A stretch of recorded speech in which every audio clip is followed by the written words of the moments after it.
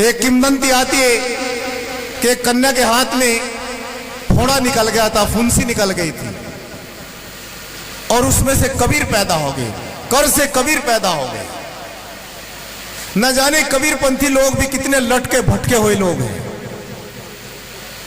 इसलिए कबीर साहब के विचारों को बिना जाने आदमी किसी भी कल्पना को मान लेता है और कल्पनाओं का गुलाम बन जाता है। और आज कबीर साहब के लगभग 13-14 गद्दियां चल रही है। हमारे यहां हरियाणा में गरीबदासी लोग हैं, वहां पर कबीर साहब प्रकट हुए, गरीबदास जी को मिल गए और उन्होंने कहा, अपनी शक्ति दिखाई, अपनी पावर दिखाई सदगुरु कबीर साहब ने। ऐसा उनकी मान्यता है कि एक गाय थी जिसने बच्चे को जन्म नहीं दिया था अब तक, इसका दूध निकाल करके लाओ। तो गरीबदास जी ने कहा, इसने जन्म ही नहीं दिया बच्चे को तो दूध कैसे दे देगी। तो कबीर साहब ने उस गाय के सिर पर हाथ रख दिया तो गाय ने दूध दे दिया। कबीर साहब की ज्योति गरीबदास में आ गई। कैसी कैसी कहानी कबीर साहब के पीछे बांधी है। हम लोग इन पर विचार करें, उनके साहित्य दर्शन को पढ़े, कबीर दर्शन को पढ़े, तो हमें पता चलेगा कि कबीर साहब कौन थे।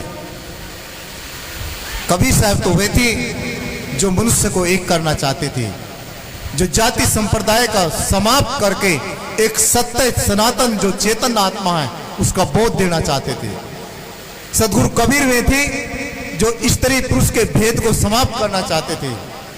सदगुरु कबीर साहब वे थे जो लोग भारत में राजनीति करके अपने आप को ऊंचा और दूसरे को नीचा, अपने को सर्वश्रेष्ठ और दूसरे को हीन भावनाओं से देखना चाह रहे थे।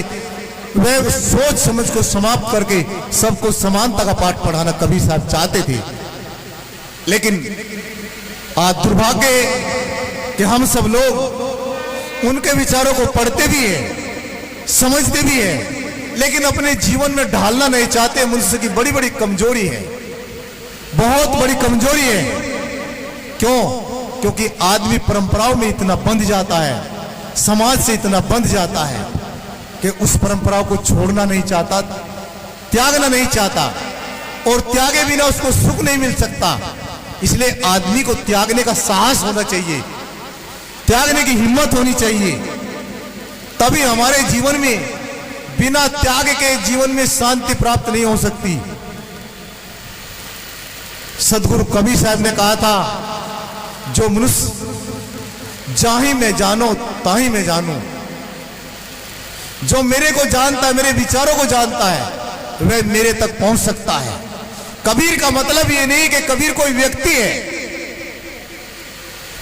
सदगुरु कबीर का अर्थ है एक सोच, एक समझ, एक ज्ञान, एक विचार, एक पारक, एक थॉट, एक वह मार्ग, एक वह रास्ता जो आदमी को प्रत्येक भटकाव से बचा करके सही मार्ग पर ले जाता है। इसलिए प्रभु दत्त ब्रह्मचारी जी कबीर साहब के विषय में लिखते। कबीर साहब जी मानवतावादी थे, ब्रह्म पाखंड के विरोधी थे और अपने विचारों को समाज के बीच में कहने की ताकत रखते थे।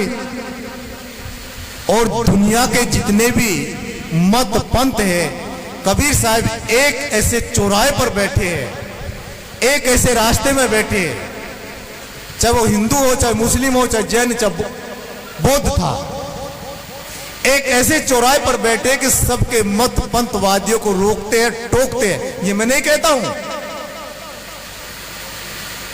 ये आपके हजारी प्रसाद द्विवेदी जी भी कहते हैं, ये आपके प्रभु दत्त ब्रह्मचारी भी कहते हैं कि प्रत्येक आदमी को रोकते हैं, उसके जीवन की दिशा को ठीक करते हैं और उसे बताते हैं कि सत्य का मार्ग क्या है। इसलिए हमें कबीर साहब के विषय में जानना, उनके ज्ञान के विषय में जानना, उस समझ को जानना और इस वैज्ञानिक युग में अपना भी अनुभव करना है। जब हमारा अनुभव सामने आता है तब हमारे जीवन की जो भ्रांति है वह टूटती है, जीवन की जो ग्रंथियां वह हटती है, जीवन में जो उलझने हैं वे समाप्त होती है। और मानव का जीवन प्राप्त करने के बाद भी यदि मनुष्य अपने जीवन को सुखी नहीं बना सका, निर्मल नहीं बना सका, सात्विक नहीं बना सका, तो फिर इस जीवन प्राप्त करने का क्या अर्थ हुआ? और इसको प्राप्त कब किया जाएगा? अच्छा कब बनाया जा सकता है? जब हमारी बुद्धि में सद्बुद्धि पैदा होगी, सद्विचार पैदा होगी। इसलिए सदगुरु कबीर साहब प्रेरणा देते बीजक में, सकलो दुर्मति दूर कर, अच्छा जन्म बनाओ, का गवन गति छाड़ के हंस गोन चले आओ। अपने जीवन में सारी दुर्मति को दूर करना पड़ेगा यदि सुख शांति चाहते हैं तो। साहब जी शर्त रखते हैं, साहब जी ये नहीं कहते कि आप मेरी शरण में आ जाओ, मुझे मान लो, मेरे विचारों को मान लो तो आप मुक्त हो जाएंगे, संसार के पीड़ाओं से, दुख द्वंद्वों से समाप्त हो जाएंगे। ऐसा कुछ नहीं हो सकता है। सदगुरु कबीर साहब कहते हैं कि सकलो दुर्मति दूर कर। यह दुर्मति जिनकी दूर हुई है उन्होंने अपने आप को सुखी बनाया, पूरे समाज को सुखी बनाया। आपको उदाहरण बता देता हूं, हमारे देश में इतना कबीर साहब को नहीं पढ़ाया जाता, जरा गौर से सुनिए,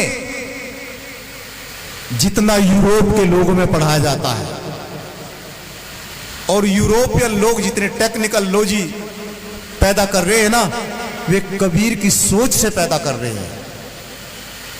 मैं आप लोगों को कोई कथा नहीं सुना रहा हूं, मैं हकीकत बता रहा हूं, प्रमाणित है।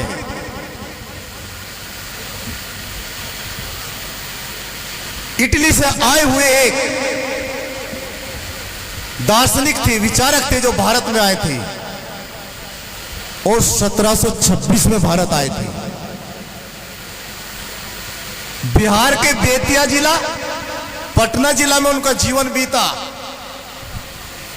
उन्होंने लगातार 12 साल तक हिंदी का अध्ययन किया। उस समय कबीर साहब के ग्रंथ को कई बार पढ़ा और पढ़ने के बाद जितना उनकी सोच और समझ में पैदा आया, उन्होंने इटली भाषा में, जिसे इटालियन कहा जाता है, इटालियन भाषा में कबीर साहब के विचारों को ट्रांसफर करके और इटली उस ग्रंथ को भेज दिया। और इटली से ही वह ग्रंथ का ट्रांसलेशन इंग्लिश में हो करके, उन विचारों का ट्रांसलेशन हो करके ब्रिटिश में पहुंचा, जिसे आप इंग्लैंड कहते हैं। इंग्लैंड से फ्रांस में पहुंचा, जर्मन में पहुंचा। और सदगुरु कबीर साहब की विचारधाराओं का, उनके विचारों का फैलाव पूरे विश्व में होना शुरू हो गया। और उन्होंने यहां लंबे समय तक रह करके कबीर साहब के ऊपर काम किया, कबीर साहब के विचारों को आगे बढ़ाया, पूरे विश्व में बढ़ाया। और लंदन में यहां तक पहुंचा कि कबीर साहब के, जब वहां लंदन में कोई पेपर निकलता था तो कबीर साहब के विचारों को भी वहां पेपर में निकाला जाता था। और वे पेपर प्रत्येक घर के लोग मंगाते थे, कबीर साहब के विचारों को पढ़ते थे। इस प्रकार से नाम देखो उनकी विचारधारा पूरे विश्व में फैली। नाम देखो नाम। इसके बाद भारत से जब अंग्रेज गए तो यहां के एक सेनापति के रूप में आए थे, हेरियट नाम के जनरल हेरियट। जनरल हेरियट ने कबीर साहब के विचारों को पढ़ा और उन्होंने पढ़ने के बाद में एक पुस्तक लिखी और अंग्रेजों को पुस्तक दी। जरा सोचने जैसी बात है। वह पुस्तक का नाम था Hindu and Hindustani on the Kabir Panth. Hindustan में हिंदुस्तानी लोग क्या करते हैं और कितने गंभीर विचार के महापुरुष कबीर जैसे लोग हैं, तो पर भी इस देश में विदेशी लोगों का कैसा आना हुआ है। मतलब यहाँ के लोग किस प्रकार से गुलाम बने। उसमें उसने उनके विचारों को दिया। जिस जगह पर, जिस भूमि पर कबीर जैसे महापुरुष,